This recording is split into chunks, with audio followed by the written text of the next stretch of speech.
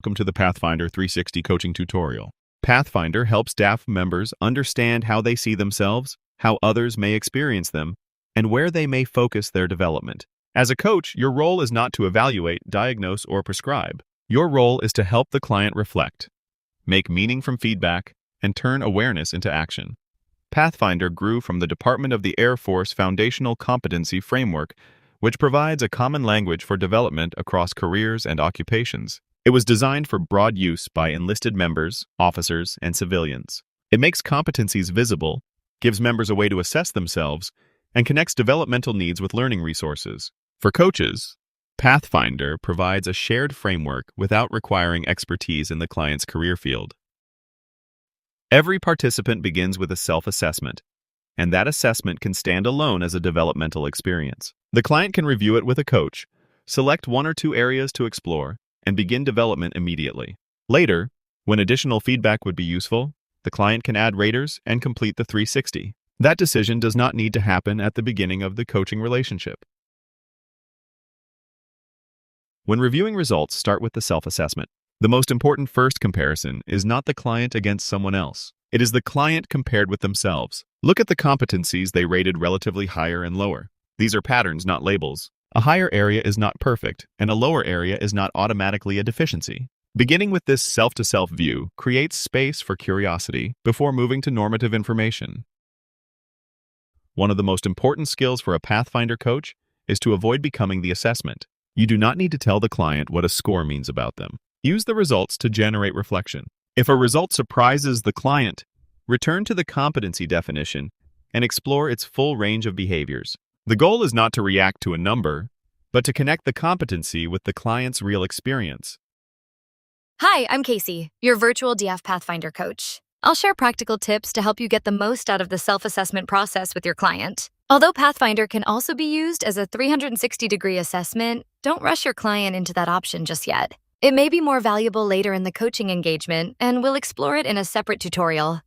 Once your client has completed the self-assessment in MyVector, begin by exploring the overall pattern of results before interpreting individual scores. Use open-ended coaching questions such as, what stands out to you? What surprised you? Which results feel most consistent with how you see yourself? Remember, to explore with your client, resist the urge to explain the results to them. You can ask, what does this competency look like when you're at your best? Which portion comes naturally to you? Which part requires more intention? Can you think of a recent situation where this competency was needed highly? Remember to give your client time to reflect on each question. Practice active listening so you can fully hear what your client is saying. To demonstrate a potential flow for the conversation, I'll play the roles of both the coach and the client. What stands out to you? Client. I didn't expect strategic thinking to be one of my lower-rated areas. Coach tells. What surprises you about that? Client. I plan well within my organization, but I don't always look far enough beyond it. Coach. What opportunity will you have in the next month to practice thinking more strategically? Even this brief exchange can move your client toward focused action by helping them identify an opportunity to think more strategically beyond their organization. Pathfinder also provides normative information, including comparisons with an average peer group and a higher-performing comparison group based on Air Force research. Use these comparisons as context, not as a scorecard. Scoring above a group does not mean passing, and scoring below one does not mean failing. Begin with you versus you, and use the norms only when they prompt a meaningful developmental question. Peer group comparisons can help clients understand how their results relate to others working in similar environments. Comparisons with a higher-performing group can highlight competencies and behaviors that may support greater effectiveness. Together, these reference points can reveal relative strengths, uncover potential development areas, and encourage deeper reflection. The value is not in ranking your client. It is in helping them reflect, identify meaningful patterns, and make informed choices about where to focus their development. DAF Coach Tip.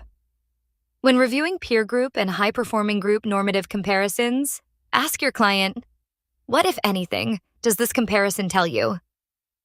What stands out when you compare your results with those of your peers and high performers? What might you learn from the areas where your results differ most from those of high performers? A word of caution when using assessment data. Do not turn the coaching session into a statistics exercise.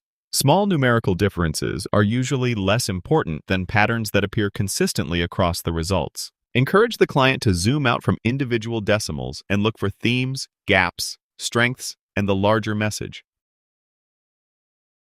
A successful debrief does not end when the client understands the report. Coaching should help turn insight into action. Rather than trying to develop every competency at once, help the client identify one or two priorities connected to their current role, future goals, or leadership challenges. Development activities might include learning resources, feedback, mentoring, observation, deliberate practice, or stretch opportunities. The client should leave the conversation with a concrete commitment, clear next steps, and a plan for revisiting progress. Ouch tip.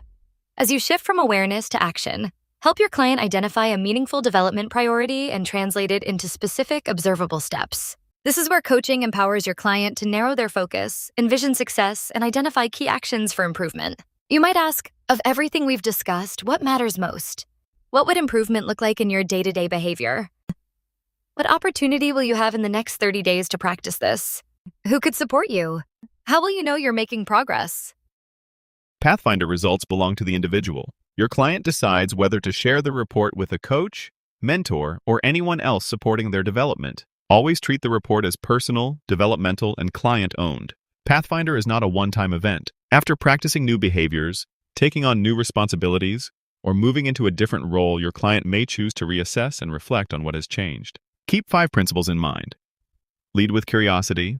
Begin with self-perception. Look for themes. Keep your client in the driver's seat, and end with action. Pathfinder does not replace coaching. It provides a powerful starting point for the coaching conversation. The report provides information. The coaching conversation creates insight. Your client creates meaning, and action drives development. Thank you for taking the time to complete this tutorial and for using Pathfinder to deepen your client's self-awareness, support development aligned with DAF competencies, and strengthen their leadership readiness.